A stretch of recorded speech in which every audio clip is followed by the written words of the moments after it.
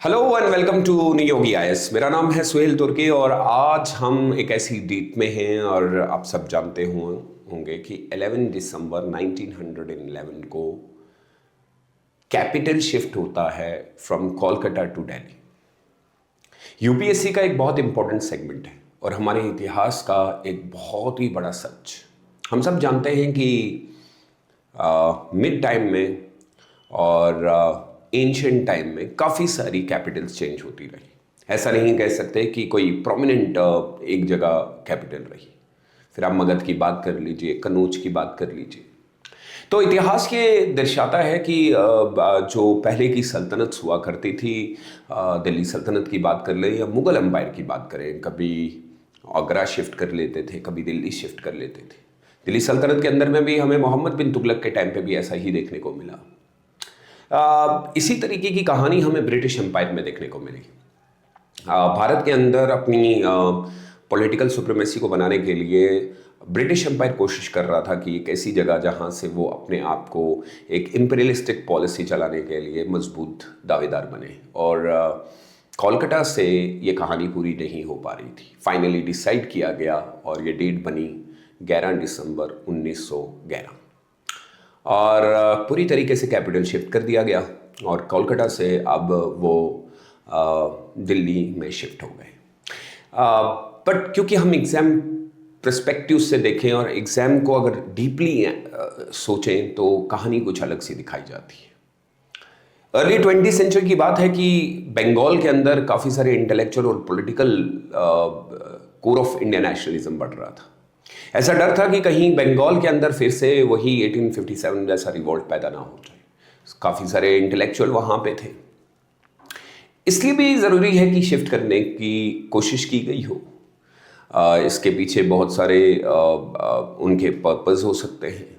तो आज इस पूरी वीडियो के अंदर मैं कोशिश करूंगा कि आपको रीज़न बता पाऊँ कि आखिर ऐसा क्यों हुआ, जो हमें यूपीएससी के लिए ज़रूरत है कि क्यों दिल्ली को ही कैपिटल चुना गया और कोलकाता को चेंज किया गया।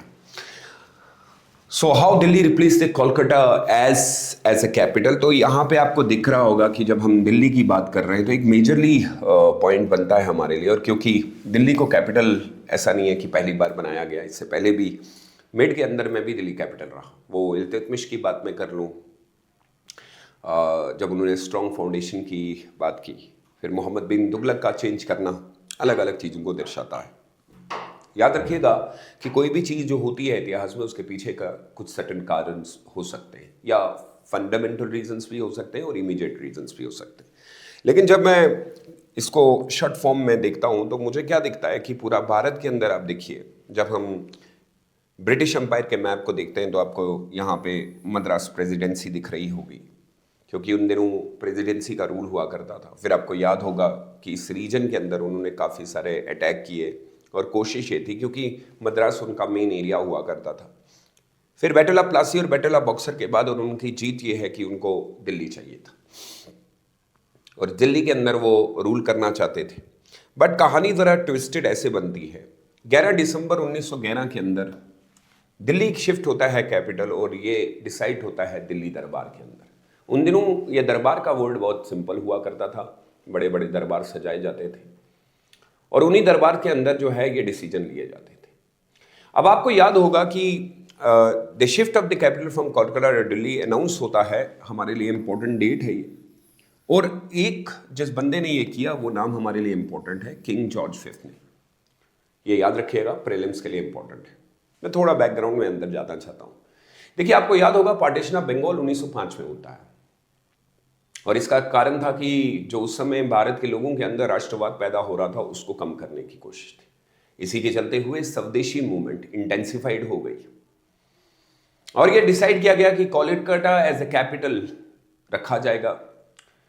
और ब्रिटिश ये कह रहे थे कि हम इसको एक एडमिनिस्ट्रेशन के तौर पे एपिक सेंटर बनाना चाहते हैं और पॉलिटिकली हब बनाना चाहते हैं। अब ये बात भी मान लीजिए आप, मूविंग द कैपिटल के पीछे दो रीजन से। एक तो डिसेंट्रलाइजेशन करना था, डिसेंट्रलाइज नेशनलिस्टिक इन्फ्लुएंस जो बंगाल में बढ़ रहा था और बंगाल के लोगों को एक पनिशमेंट के तौर पे ये दिखाया गया। इसलिए ये डिसाइड किया गया कि हम अगर हमें इंडिया में रूल करना है तो हमें बंगाल के अंदर नेशनल मूवमेंट को कमज़ोर करना होगा और ये मूव हो गया। और ऐसा आप ये समझ लीजिए कि दिल्ली की लोकेशन क्या है। देखिए, सबसे पहली बात तो दिल्ली बहुत क्लोज है, closer access to Punjab and foreign districts. मैं फॉरेन डिस्ट्रिक्ट्स की जब बात कर रहा हूँ तो आप ये नॉर्थ वेस्ट फॉरेंटियर प्रोविंसेस की, जिसमें अफगानिस्तान और the border of great game with Russia, ऐसा कहा जाता था कि रशिया का इन्फ्लुएंस हो जाएगा। दूसरा देखिए, एक और रीज़न भी ये है कि यहाँ पे मिलिट्री मोबिलाइजेशन ईजिली हो सकती है। बेटर कम्युनिकेशन भी बहुत ज़्यादा था, with the northern railway network भी बहुत था। कोलकाता जो लोकेट है वो ईस्टर्न एज पे है, और थोड़ा सा आपको ऐसा लग रहा था कि यहाँ से ब्रिटिश एम्पायर को लगता है कि आपने नॉर्थ वेस्ट बॉर्डर्स को सिक्योर करने की जरूरत। तो Delhi finally was chosen as the most strategic and centrally connected administrative hub, और finally they decided let's move. ये है मकसद behind making the Delhi as a capital. Make sure UPSC में ये चीज़ें आपको लिखनी पड़ेंगी। लेकिन इसके अलावा भी अगर मैं थोड़ा सा और देखूं तो मुझे क्या लगता है, ये तो मैंने बता दिया कि एडमिनिस्ट्रेटिव तौर पे वो कोलकाता को दूर मानते हैं कि, और ये सोच रहे हैं कि नहीं हमें। और दूसरा मैंने अभी कहा कि बंगाल के अंदर जो कुछ हो रहा था, और इसीलिए एक सेंट्रल लोकेशन के लिए ऑल इंडियन एडमिनिस्ट्रेशन को चलाने के लिए इन्होंने ये डिसाइड कर लिया कि हम इसको शिफ्ट करेंगे। Make it short, precise, to the point. आप ज़्यादा उसमें नहीं लिख सकते, क्योंकि आपको डिमांड अकॉर्डिंग टू जो आपको पूछा गया है उसी के अंदर ही रहना है। दूसरा रीज़न भी हो सकता है कि अगर हम इसकी पॉलिटिकली, मैंने अभी बताया पॉलिटिकली क्या दिखाता है, तो मैंने कहा कि अगर आप देखेंगे तो एक तो नेशनलिस्ट मूवमेंट जो कोलकाता के अंदर वीक करना, फिर बंगाली जो एंगर था, और एक शिफ्ट कैपिटल करने के पीछे तो मैंने ये कह दिया कि उनकी पॉलिसी थी कि वो न्यू एम्पायर बनाना चाहते थे। उनको लग रहा था कि जैसे मुगलों ने जो बहुत बड़ा एम्पायर क्रिएट किया था दिल्ली से, हम भी वैसा ही करेंगे। तो ये इसका एक पॉलिटिकली रीज़न रहेगा कि आखिर ऐसा कैसे हुआ, और ये सारी चीज़ें उसके अंदर आएंगी। अगली चीज़ कहता है व्हाट हैपन ऑन 11 दिसंबर। तो उसके पीछे का रीज़न ये था कि मैंने कहा कि बंगाल की पार्टीशन होती है। अच्छा, 11 दिसंबर को ये डिसाइड करते हैं कि जो हमने पार्टीशन की थी लॉर्ड कर्जन के टाइम पे, हम उसको रिवोक करें, वापस करते हैं। अब बंगाल की पार्टीशन जो पीछे गलती हुई उसको हम ठीक कर लेते हैं।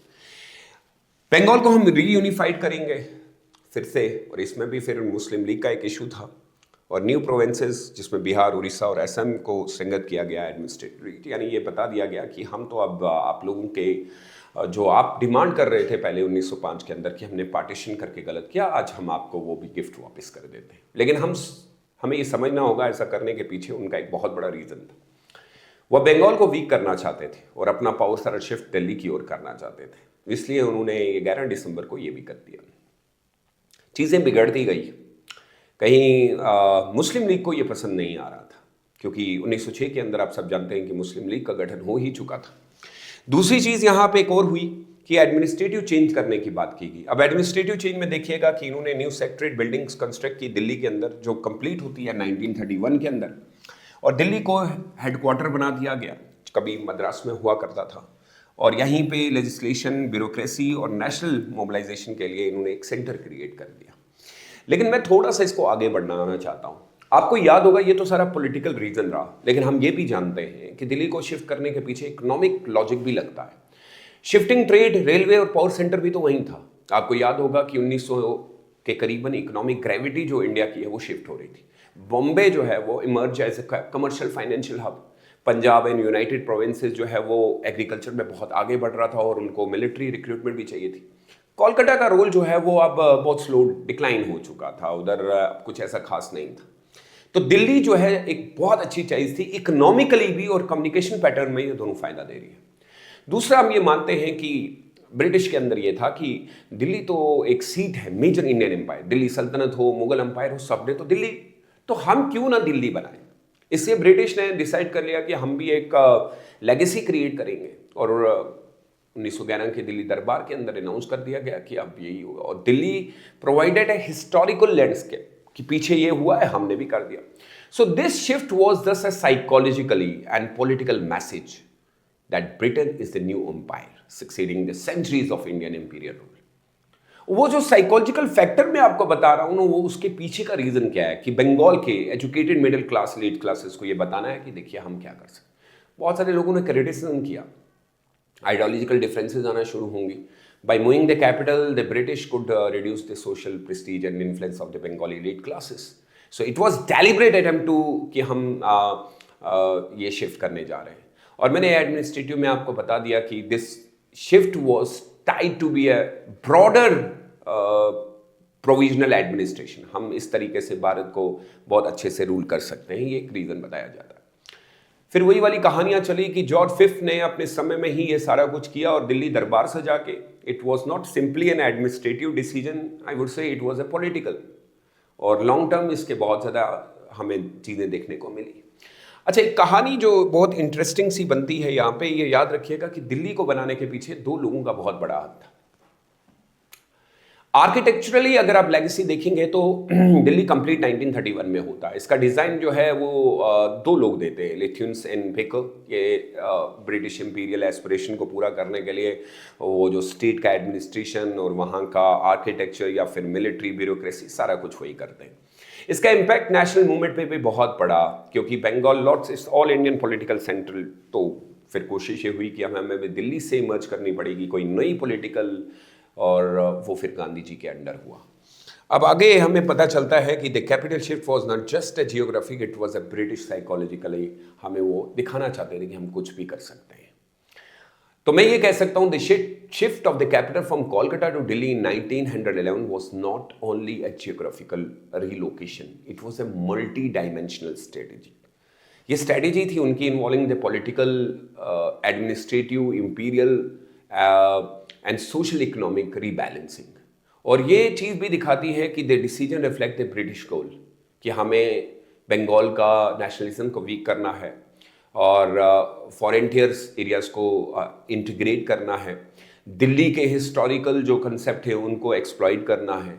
और I would say like the transformation of Delhi into the capital also shaped the urban, political and administrative geography of modern India, making 1911 decision one of the most important move in the colonial era. और उसके बाद फिर दिल्ली जो आज हमें देखने को मिलता है, तो इसके पीछे सर्टेन रीजंस हो सकते हैं. आई वुड से लाइक कुछ फायदे भी हुए, कुछ नुकसान, और इस तरीके से दिल्ली एक कैपिटल बना. नियोगी IAS के साथ जुड़ने के लिए आपका धन्यवाद. Thank you so much.